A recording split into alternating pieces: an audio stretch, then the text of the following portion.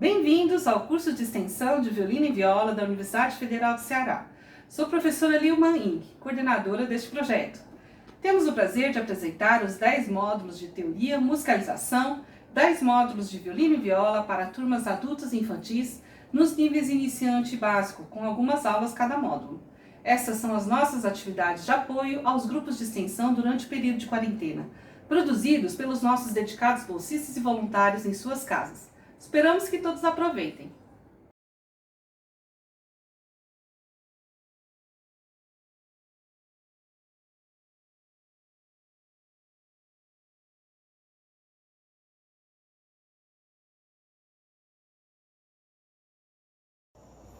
Olá, essa é a nossa segunda aula do módulo 1. No módulo 1, abordamos sobre os eixos vertical e horizontal do corpo e a postura do instrumento. Na primeira aula falamos sobre o alinhamento vertical e agora vamos falar sobre o alinhamento horizontal. Este eixo horizontal é formado pela linha dos pés, quadris e ombros.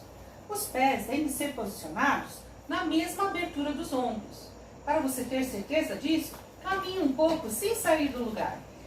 Deixe a ponta dos pés paralelas para frente. Não abra o ângulo, nem feche o ângulo dos pés. Deixe-os paralelos.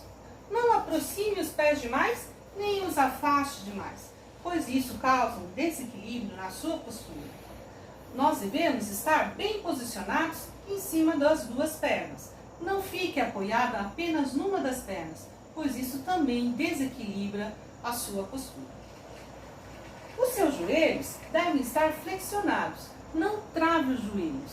Quando você trava as rótulas, você projeta o seu tronco para frente. E depois, como ninguém fica nessa posição, acabamos por puxar a parte superior do corpo para trás, causando muita tensão nas nossas costas. Então, solte os seus joelhos. Os quadris devem ser alinhados e não deixe acontecer este tipo de torção do quadril para frente, nem assim, nem do outro lado. Você pode se perguntar, mas eu não realizo esse tipo de movimento. Muitas vezes nós fazemos isso sem pensar. Por exemplo, quando estamos tocando junto com um colega e temos, por exemplo, uma partitura colocada aqui no meio entre duas pessoas. Essa mão esquerda representa a partitura. E muitas vezes estamos com dificuldades de enxergar a partitura e acabamos fazendo este movimento de torção do corpo. Veja que os pés estão numa linha e o quadril e os ombros numa outra linha. Então, quando realizamos essa torção, acabamos gerando muita tensão nas costas. Ao invés de fazer isso, realinhe-se, reposicionando os seus pés dessa maneira. Veja que agora os pés, os quadris e os joelhos e os ombros estão todos voltados para a mesma direção. Você pode pensar nisso em relação à partitura ou ao maestro ou para enxergar o professor. Um outro ponto importante é o alinhamento dos ombros. Os nossos ombros não devem ser projetados para frente ou do outro lado. Você pode também se perguntar, mas será que eu realizo esse movimento?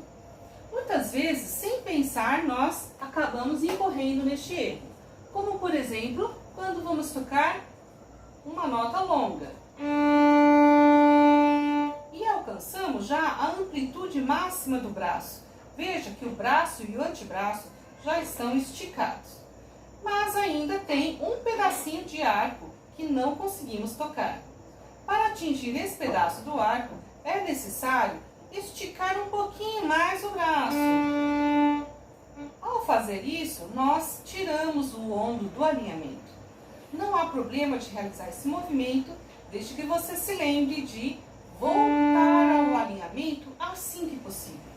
Muitas vezes, o aluno iniciante esquece de retornar essa posição original.